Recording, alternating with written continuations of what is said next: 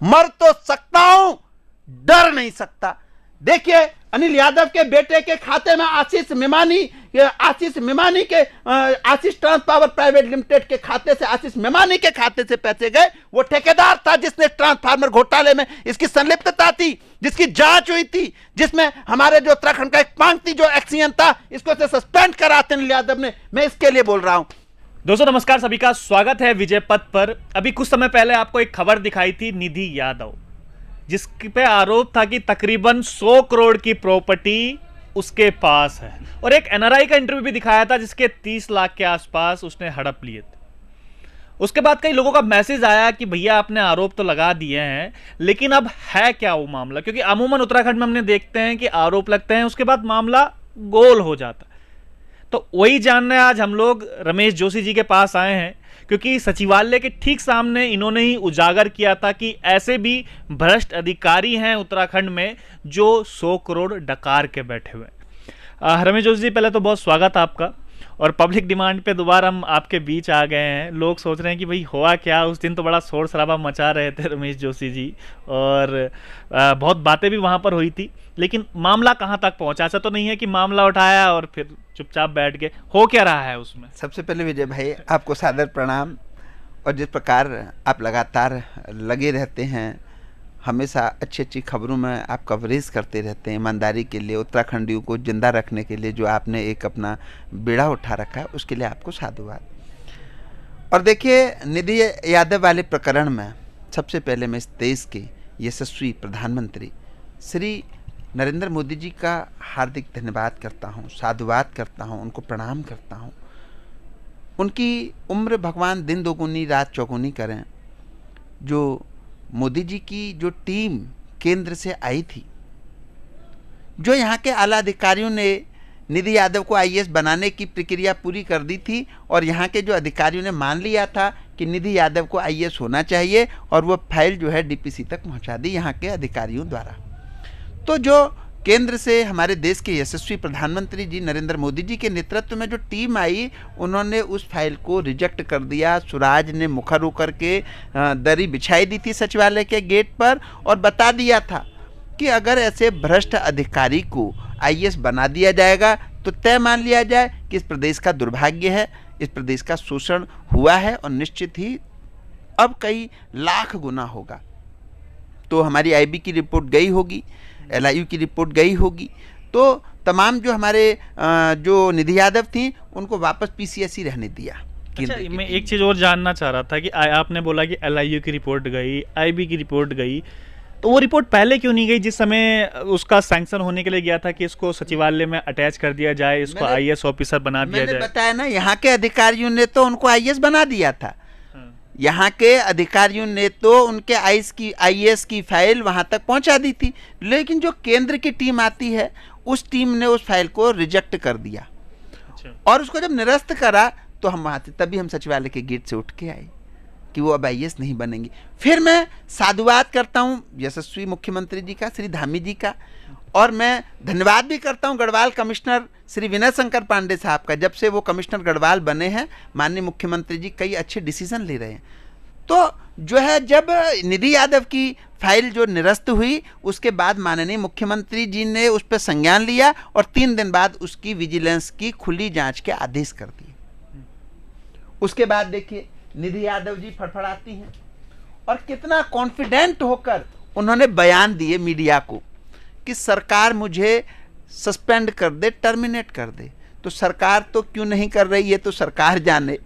हालांकि टर्मिनेट होना चाहिए। मैं एक बार और बता दूं, अगर वो एक तरफ तो आप तारीफ कर रहे हैं धामी जी की, बहुत अच्छा काम किया, दूसरी तरफ आप कह रहे हैं कि सरकार क्यों नहीं कर रही है। ना, एक धामी जी, बाकी भी तो मंत्री हैं, कुछ उनके अपने शुभचिंतक जो फाइनेंसर हैं, मैं उनका नाम तो नहीं ले सकता हूं, लेकिन उन्हीं के घराने से हैं, जिस पे बड़ा इन लोगों ने हल्ला करा। डीजीपी के यहाँ मेरी जो है शिकायत करी, मेरे बारे में जो है इन्होंने बताया कि जो है क्या नाम कहते हैं, रमेश जोशी के खिलाफ मुकदमा पंजीकृत होना चाहिए। तो मैं सबसे पहले बता दूं, जो लोग मेरे खिलाफ मुकदमा लिखवाने के लिए गए थे डीजीपी महोदय के यहाँ, वो सारी निधि यादव की एक टीम थी। उस टीम की जांच करा ली जाए, निधि यादव की कॉल डिटेल, उनकी कॉल डिटेल, और चूंकि आजकल व्हाट्सएप खेलते हैं तो उनकी लोकेशन निकाल ली जाए कि वो और निधि यादव के भाई लोग किस प्रकार मेरी ऑफिस का एक यूपी 32 नंबर की एक ब्लैक कलर की स्कॉर्पियो ने मेरा मुआयना करा। ये लोग तो मुझे मरवाना भी चाह रहे हैं। यस, मैंने उसी समय कंट्रोल रूम को फ़ोन करा, आला अधिकारियों को भी मैंने सूचित करा। जब यूपी 32 नंबर ब्लैक कलर की स्कॉर्पियो यहाँ पर आई, मेरी पूरी वीडियो यहाँ ऑफिस की बना के गई। जब तक हम बाहर निकलते वो लोग आगे जा चुके थे, लेकिन यहाँ देखिए शीशे से बाहर का अंदर नहीं दिखाई देता, अंदर से दिखाई दे जाता है, तो हमने देख लिया था। और मैंने बता दिया यूपी 32 नंबर, पुलिस जाँच कर भी रही होगी, और मैं मर भी जाऊँगा तो भगत सिंह बनूंगा, उस दिन इस प्रदेश में आपातकाल लग जाएगा, ये तय मान लीजिए। तो अब देखिए माननीय मुख्यमंत्री जी को मैं धन्यवाद क्यों कर रहा हूँ कि जो अधिकारी हैं वह मुख्यमंत्री जी को गुमराह कर रहे, चूंकि युवा मुख्यमंत्री हैं, तो युवा मुख्यमंत्री हैं तो गुमराह भी जल्दी हो जाते हैं। जो है जब गुमराह हो जाते हैं तो क्या होता है कि वो जो है फिर उसके बाद में उनके सामने समस्या आ जाती हैं। लेकिन जब हम लोग मुखर होकर उनको बताते हैं तो माननीय मुख्यमंत्री जी ने विजिलेंस की खुली जांच के आदेश करे। अब देखिए अधिकारियों ने, क्योंकि फाइल तो पहले से चल गई होगी, तो अधिकारियों ने माननीय मुख्यमंत्री जी को बताया ही नहीं, गुमराह करके पहुंचा दी। लेकिन इस देश के यशस्वी प्रधानमंत्री जी की टीम से कैसे बचते ये लोग? वह तो ईमानदारी से अपना कार्य कर रहे हैं। देखिए आज भारत को विश्व के पटल पर लाकर के मोदी जी ने खड़ा कर दिया। अब देखिए निधि यादव जी को मैं समझ रहा हूँ, हैरान हूँ कि उनको पीसीएस भी क्यों बनाया। खैर मैं आप ही के माध्यम से, क्योंकि उन्होंने एक मुझे चिट्ठी भेजी, थोड़ा हैरान मैं भी हूँ इस बात को लेकर कि एक तरफ आपका स्वराज सेवा दल है, एक पार्टी है उत्तराखंड में जो जनमुद्दों की बात करती है, उत्तराखंड की बात करती है। आपका कहना है कि भाई जो है हम लोग लोकतंत्र की आप लोग बातें करते हैं और कहते हैं कि हम लोग आज़ादी भी यही इसी तरीके से लेंगे। दूसरी तरफ आप माननीय प्रधानमंत्री जी उनकी भी तारीफ कर रहे हैं, मुख्यमंत्री की भी तारीफ कर रहे हैं, जबकि सरकार उन्हीं की है, केंद्र में भी है और यहाँ पर भी है। तो पार्टी का फिर किस तरीके से होगा कि आप क्या भविष्य में उनको ऐसा लग रहा है कि समर्थन देंगे, किस तरीके से? देखिए हमें लोकतंत्र, न तो मुझे कोई सपना है कि मैं प्रधानमंत्री बनूं, न मेरा सपना है कि मैं विधायक बनूं। मैं तो चाहता हूं लोकतंत्र की शक्ति का इन लोगों को बताया जाए। लोकतंत्र की शक्ति क्या होती है? भ्रष्ट मुख्यमंत्री होंगे, भ्रष्ट नेता होंगे, इनको उतार करके जेल की सलाखों में बैठा देंगे, अच्छे लोगों का समर्थन करेंगे। उद्देश्य राजनीति नहीं है ना, एक प्रदेश हित की, प्रदेश की रक्षा करना। और लोकतंत्र की जब शक्ति होती है तो श्रीलंका में 5 लोगों ने श्रीलंका का इतिहास बदल दिया, प्रधानमंत्री बदल दिया। लोकतंत्र में इतनी शक्ति है, तो लोकतंत्र की शक्ति है, तो लोकतंत्र की शक्ति जुटा रहे हैं। अब खैर हम वापस निधि यादव के मुद्दे पर आते हैं।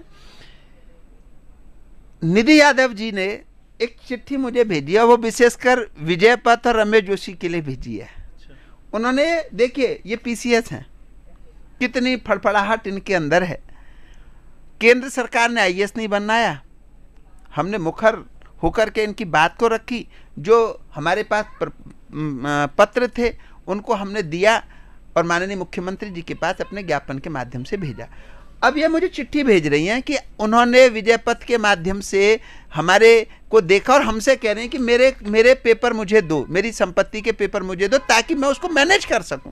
हिम्मत तो पड़ नहीं रही, क्योंकि इनको मेरे बारे में जानकारी कि मैं ब्लैकमेलर नहीं हूं। अच्छा, मतलब यह है कि जो विजय पथ, क्योंकि हम लोगों ने भी उस समय न्यूज़ आपकी कवर की थी, तो उन्होंने ये आपको नोटिस भेजा है कि जो 100 करोड़ का आपने दावा किया है वो पेपर तो कम से कम हमें भेजिएगा। उनके पास इतनी बुद्धि नहीं है, कैसे वो पीसीएस भी कैसे बन गए, मुझे तो लग रहा है वो पीसीएस भी ऐसे बन गए। और ये वास्तविकता है। अभी तो कागज की बात थी उनकी 100 करोड़, लगभग 100 करोड़ की संपत्ति की, लेकिन अब उनके स्थायी निवास की भी जांच हो जाए। अच्छा, यस, ये भी बात। यस, और अब मैं उनको टर्मिनेट भी करवाऊंगा।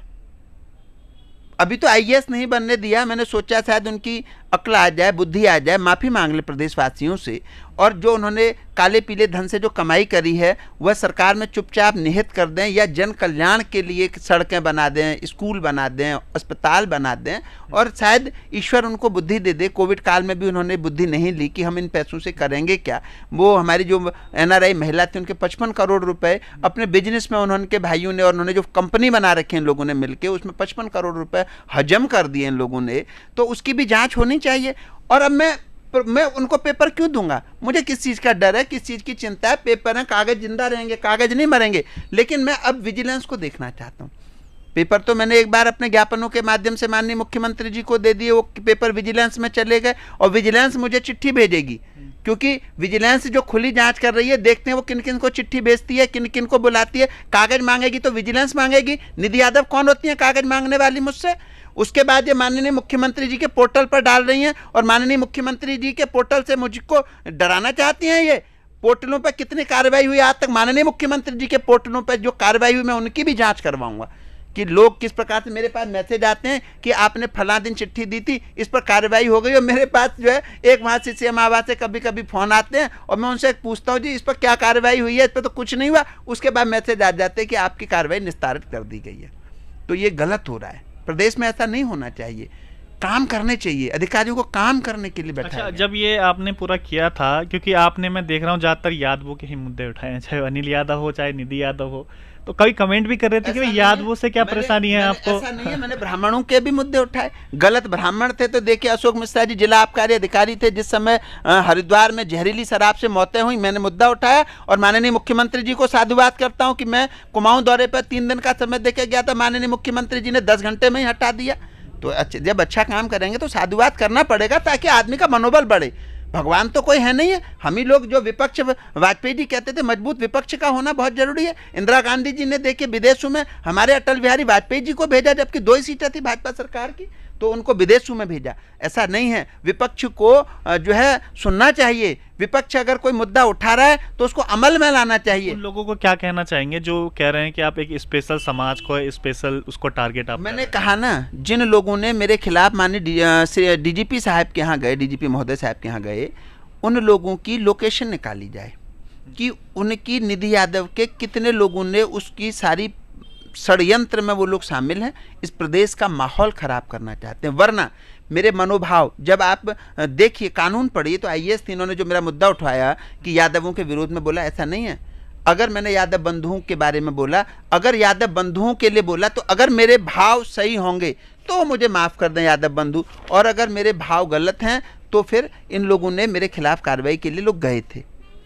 और दूसरी चीज, मैंने यादव बंधु उन यादव बंधुओं के लिए कहा था, और वो यादव बंधु मेरे कई सारे, मेरे जो यादव बंधु हैं मेरे संगठन में भी हैं, अच्छे कई प्रोफेसर जो हैं वो लोग भी हमारे साथ हैं, कई अच्छे लोग यादव बंधु भी मेरे साथ हैं, यादव बंधुओं के बीच में मेरी पढ़ाई हुई है, तो वो लोग बहुत खुश हैं कि क्योंकि मैंने मुद्दा भ्रष्ट अनिल यादव जैसे, निधि यादव जैसे, अभी अनिल यादव पर भी मैं आऊँगा, मैंने निधि यादव जैसे, अनिल यादव जैसे उन भ्रष्ट अधिकारियों के लिए बोला था जिन लोगों ने इस प्रदेश को पी रहे हैं, क्योंकि ये भ्रष्टाचार कर रहे हैं। तो हमारे वो यादव बंधु परेशान नहीं जो गरीब हैं, उन यादव बंधुओं के बच्चे सड़क पर नहीं है क्या? जिन लोगों के साथ बेरोजगारी घटनाएं हो रही हैं, वो यादव बंधु क्या मेरे साथ नहीं खड़े होंगे?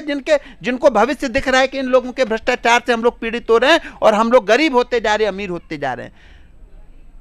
और आप बताइए, मैंने ये कहा था उसमें, मेरी बाइट को अच्छे से देख लीजिए, रामपुर तिराहे जैसी घटनाओं को जिन लोगों ने करा, ऐसे यादव बंधु को क्या ये लोग जो मेरी शिकायत लेके गए रामपुर तिराहे कांड में शामिल थे?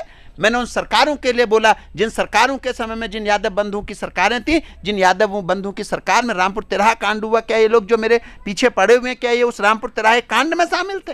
क्या इन भ्रष्टाचारियों के साथ शामिल हैं? मैंने ऐसे लोगों को कहा है जो ये प्रदेश का हरण, जो प्रदेश को का चीरहरण कर रहे हैं, जो प्रदेश को पीड़ा दे रहे हैं, जो प्रदेश में भ्रष्टाचार में संलिप्त हैं, या जिन लोगों ने हमारे रामपुर तिराहे कांड जैसी घटनाओं में संलिप्तता है, उन लोगों के लिए बोला।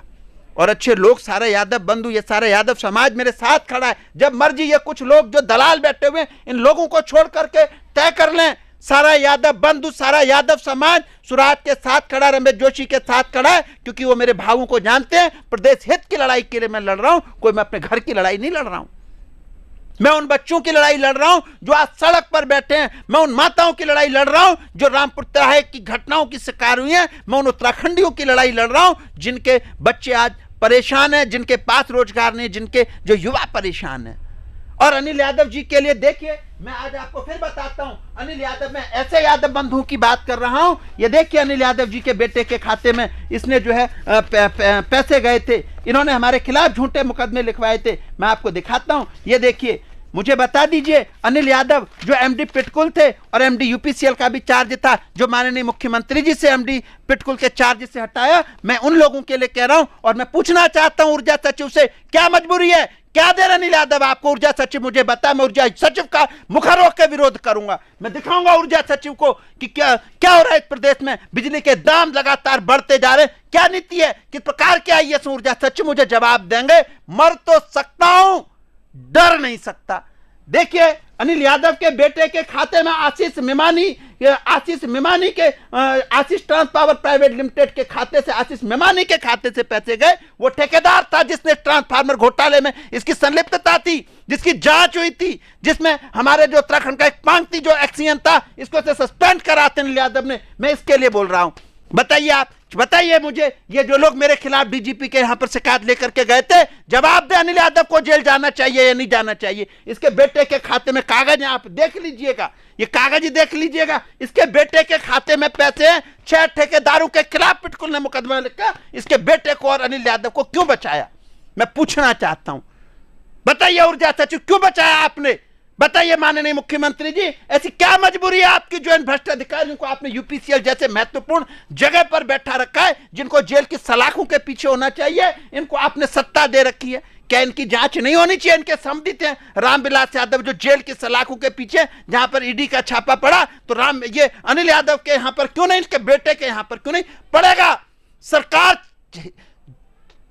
त्याग दे अपना मोहभंग, सत्ता छोड़ दे माननीय मुख्यमंत्री जी। अगर अनिल यादव जेल की सलाखों के पीछे नहीं गया तो याद कर लो, उत्तराखंड का चावल नाचेगा एक बार, मैं गारंटेड कहता हूं, नाचेगा और इनको सबक सिखाया जाएगा।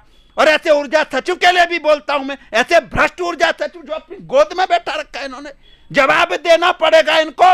लोकतंत्र की ताकत आज नहीं तो कल जागेगी, और ऐसे ऊर्जा सचिव को भी जेल भेजूंगा मैं जो ये अनिल यादव जैसे लोगों को संरक्षण दे रहे हैं। ऊर्जा सचिव से बात हुई कि भाई क्या है कारण? मैं गया था, मैंने वहां पर ज्ञापन दिया इतनी बार, और अब मैं मुखर होके मैं दिखाऊंगा जिस प्रकार निधि यादव की जांच माननीय मुख्यमंत्री जी ने करी है, ऐसे ये नहीं करेंगे ना योगी जी करेंगे, हमारे मोदी जी करेंगे। सत्ताएं कभी किसी की नहीं हुई, सत्ताएं स्थायी नहीं होती हैं। कांग्रेस चली गई, भाजपा चली जाएगी, सपा गई, बसपा गई, कई सत्ताएं और चली गई। सत्ताएं किसी की नहीं है।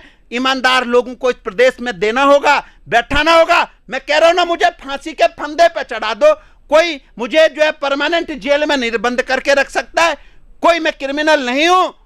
मैं प्रदेश के हितों की लड़ाई लड़ रहा हूं। जिस दिन ये लोग मेरे खिलाफ मुकदमा लिखेंगे ना, मैं आपको गारंटेड कहता हूं, झूठा मुकदमा जिस दिन लिख दिया इस उत्तराखंड में, सरकार अगर 72 घंटे में सरकार मुख्यमंत्री ने इस्तीफा नहीं दे दिया तो फिर मेरे से आप कहिएगा, वरना लिख के देख ले ये मुकदमा। वाकई में गुस्सा लाजमी भी है, जिस प्रकार से लगातार खबरें आती हैं उत्तराखंड में। ना जाने मैं हर बार यही बोलता हूं कि उत्तराखंड में ये भ्रष्टाधिकारी क्यों है, उत्तराखंड में ये घोटाले अक्सर क्यों होते हैं। और जोशी जी भी काफी जोश में आ गए, क्योंकि जोश माना लाजमी भी है। इस प्रकार की जो घटनाएं हो रही हैं, जो अनिल यादव का जिक्र किया, साफ साफ दिख रहा है कि उनके बेटे के खाते में जो पैसे गए हुए हैं, उसके बाद भी कोई कार्रवाई नहीं होती। 6 ठेकेदारों पर कार्रवाई हो गई।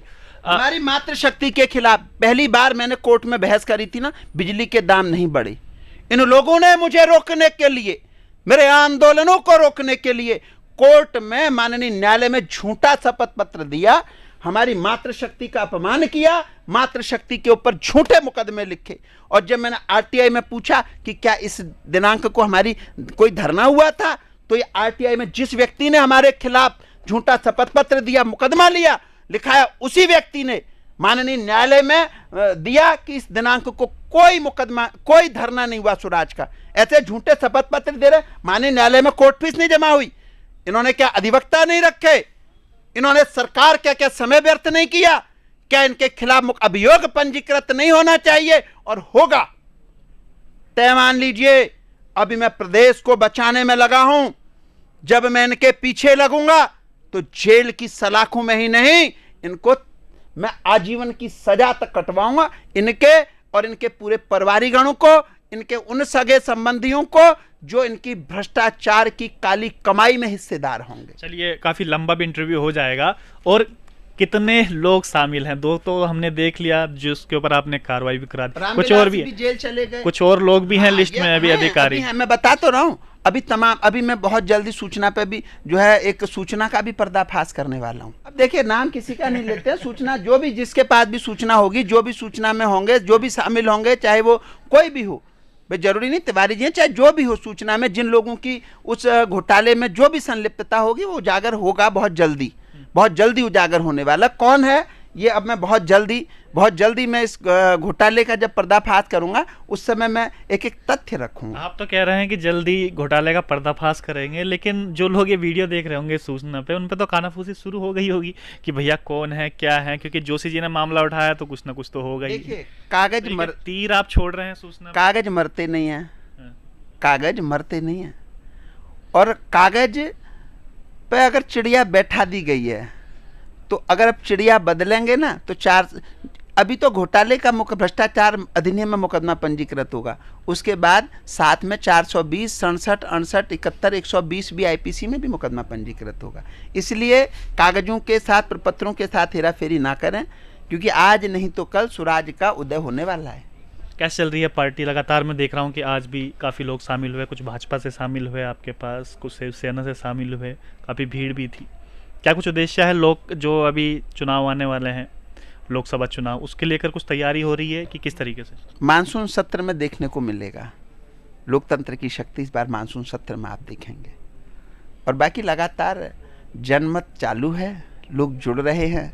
समय दौर जरूर आएगा जब आदमी विश्वास नहीं, बिल्कुल नहीं। मैंने कहा ना, चुनाव की तरफ मेरा ध्यान ही नहीं, रुझान ही नहीं है। मेरा तो एक सूत्री कार्यक्रम है, इस प्रदेश को खुशहाल बनाना, इस प्रदेश में खुशहाली लाना और इन भ्रष्ट अधिकारियों को जेल भेजना, इन भ्रष्ट अधिकारियों का ब्लड प्रेशर बढ़ाना कि ये जेल चाहे 6 महीने बाद जाए, हार्ट अटैक के मरीज ये अभी हो जाए।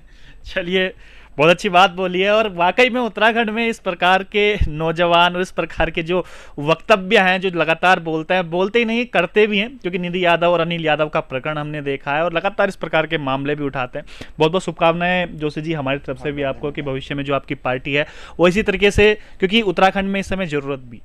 अब देखते हैं क्या कुछ, एक तीर तो छोड़ा है सूचना के खिलाफ, अब सूचना पर क्या कुछ नया खुलासा मिलेगा, क्या कुछ इसमें घोटाले नहीं मिलेंगे। अब जोशी जी ने कुछ कहा है तो कुछ होगा ही इसमें, तो वो भी हम आपको अपडेट जरूर बताएंगे। तब तक के लिए बने रहिएगा विजय पथ न्यूज़ पर। बहुत बहुत धन्यवाद।